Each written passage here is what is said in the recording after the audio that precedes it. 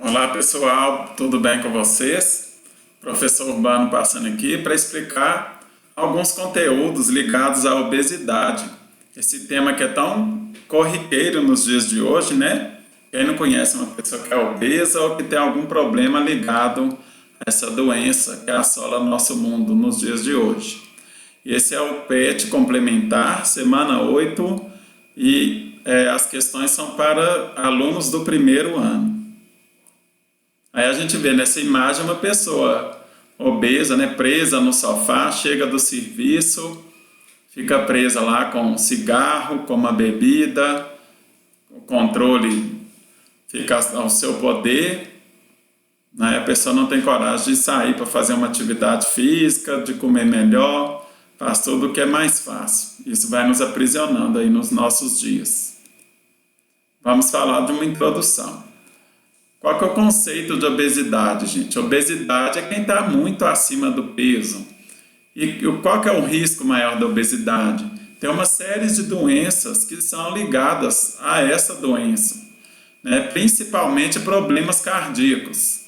Grande parte da população hoje desenvolve problemas cardíacos por estar com uma quantidade de gordura grande no corpo.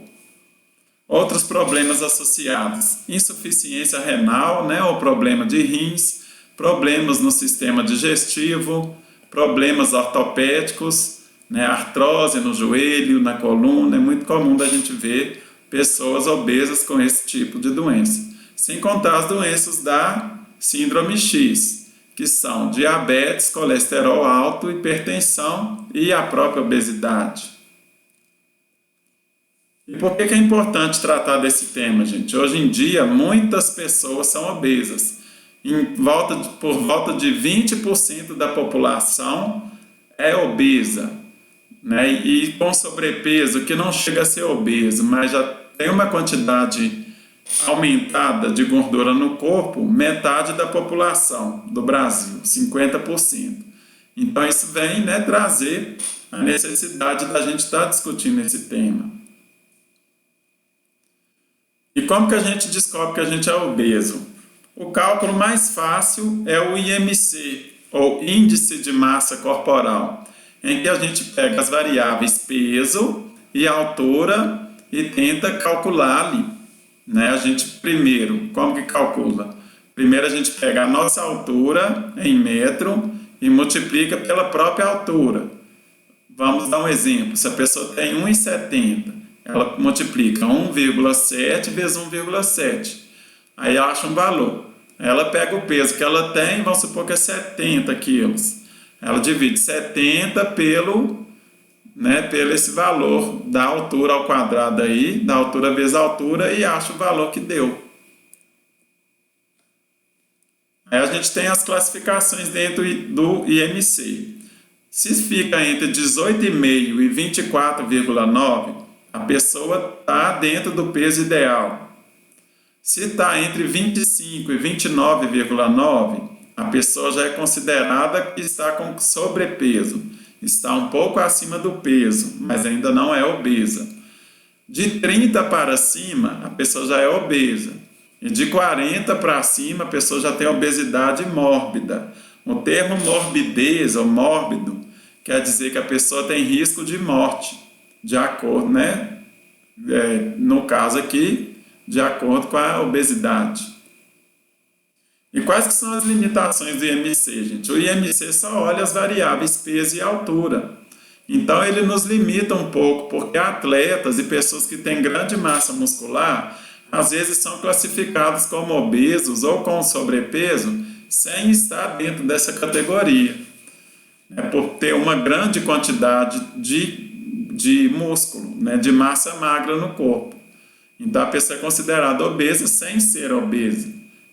Então o que eles fizeram? Os cientistas descobriram que para auxiliar na medida do IMC, é importante a pessoa olhar a circunferência da cintura, que é um preditor de acúmulo de gordura no abdômen, que é o lugar mais perigoso em que a gente acumula gordura.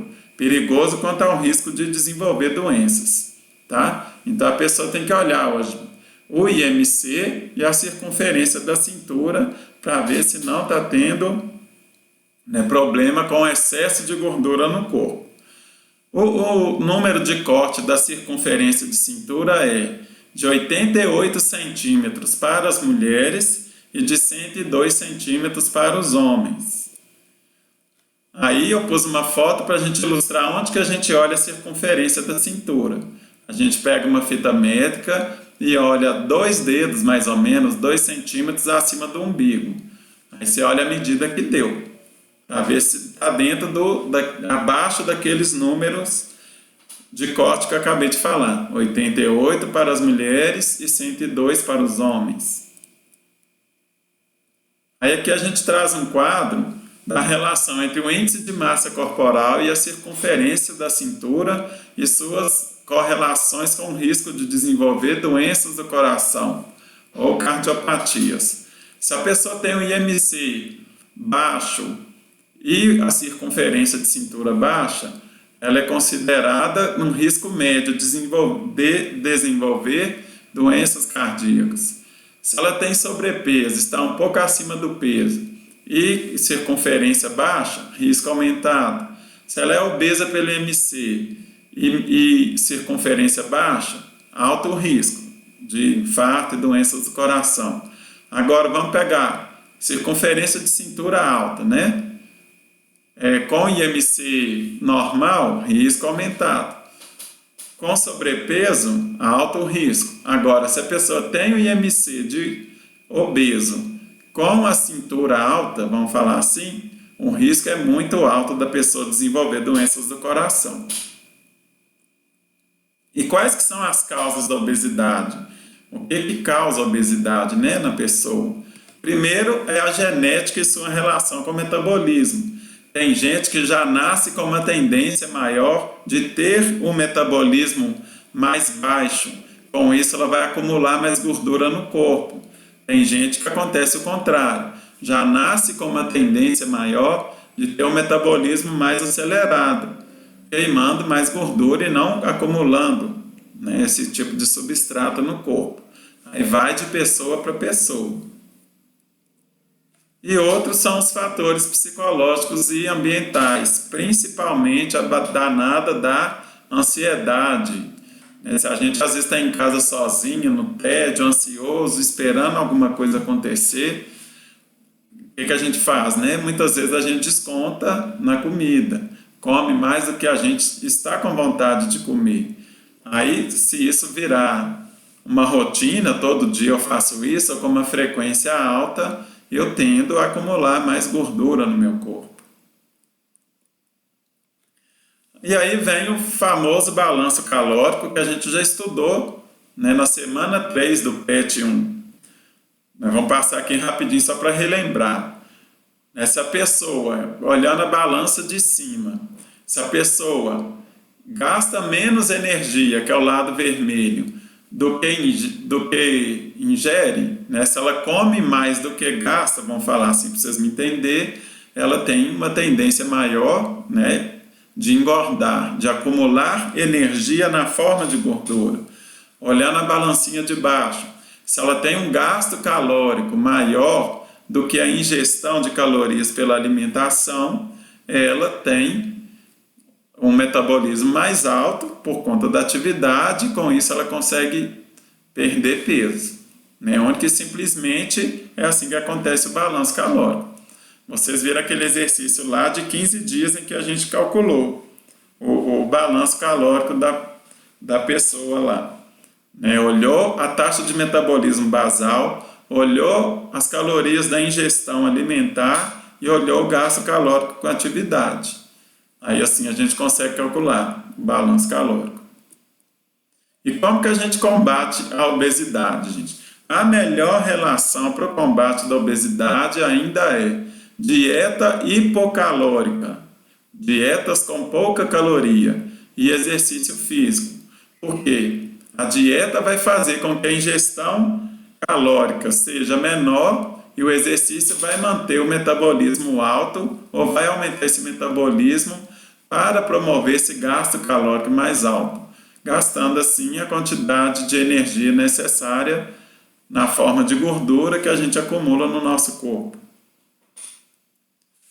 Fazer só dieta não compensa, gente, porque se você faz dieta e não faz exercício, você tende a diminuir seu metabolismo. Então, se você fica com o metabolismo mais baixo, você vai ter dificuldade de perder peso. E fazer também só exercício não vale a pena. Por quê? Fazendo só exercício, você pode aumentar sua musculatura, sua massa magra. Com isso, se você subir na balança, você de repente vai ver que seu peso aumentou. Aí você vai ficar desestimulado, né? Quando é para emagrecer. Então, sempre a melhor relação é dieta e exercício. Aí nós vamos falar da compensação ocorrida no processo de emagrecimento. Quem precisa de emagrecer, precisa de ter consciência que ele tem que seguir a dieta e fazer o exercício na frequência determinada por nutricionistas e por profissionais de educação física. Por que eu estou falando isso?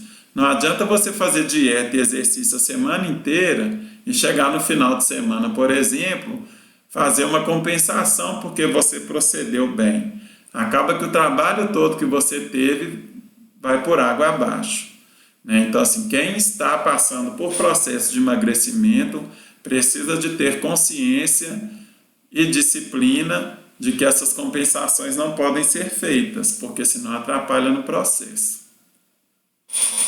Quais que são os exercícios mais indicados para quem quer emagrecer? São os exercícios aeróbicos, por conta das suas características. No exercício aeróbico, a gente tem o maior gasto calórico advindo da gordura corporal. É o exercício aeróbico que promove perda de gordura no nosso corpo. Tá, gente?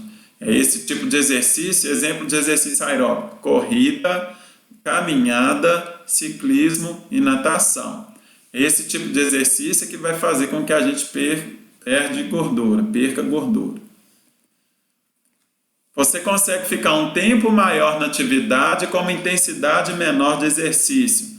O exercício aeróbico geralmente a gente faz de forma contínua, sem precisar de ficar parando toda hora para descansar.